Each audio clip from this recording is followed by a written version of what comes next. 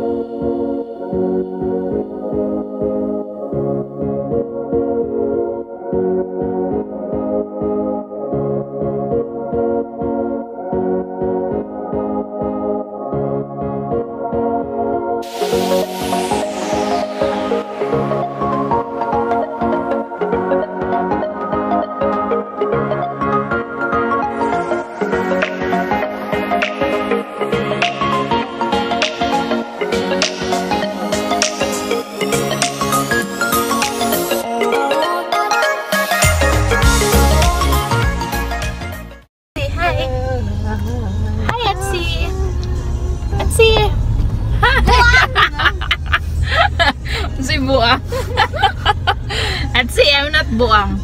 We're going to the GRS. No.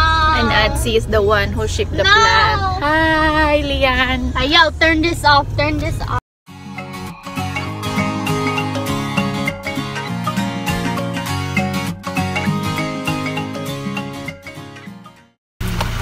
Bye. Mwah. Believe that you're as beautiful as you are. You are you, and that is your end. No, come back. Tagal ko rin this. What? 4 minutes at hindi pa mag-3 mga besh. Ay kalimot ha.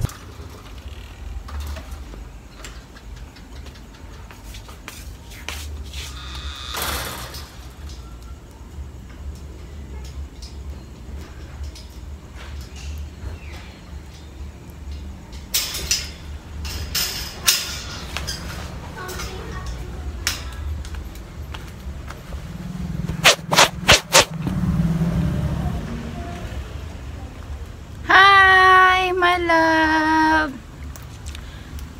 Hello. I love you. I love you. Yes, my love. Ayan. Bahay na ako. Ayan. Tapos...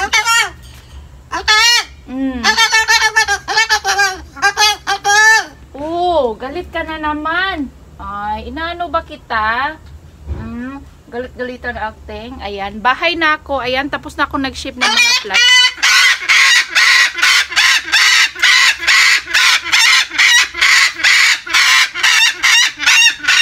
Lagi.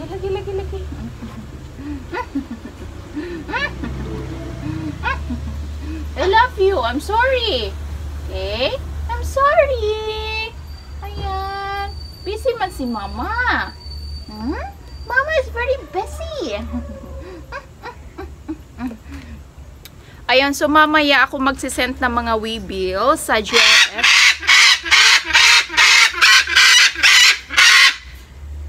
Quiet ba? Ayan, so mamaya guys, magsisend ako ng waybill. Madami akong pinuntahan kanina, kaya hindi kami. Ano ba? Suko ka? Oh, nag-vlog ako tapos ang ingay mo. Ay, saba kay ka. Oh, ano man? Come here. Come, Mama. Come. Oh, come here na. I'm sorry. I'm so busy. Oh, love you. I love you too. I love you. Do you miss Mama? I love you. Bigis na lang po. Mwah! I love you. Mwah! I love you. Mwah! Bye na. Good night, baby girl. Good night. Pasok na lang tayo kasi sobrang ingay. Diba?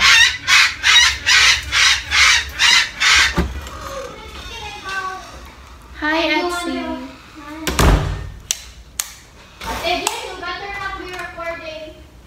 I am recording.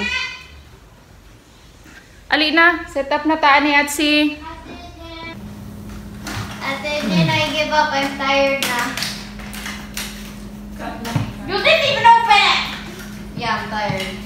Nag-inusara ang vlog sa akin niya. Ate Jen, leave the blue alone. That's for me. That's Ate Jen. I know what to do with it. Is it for your crush?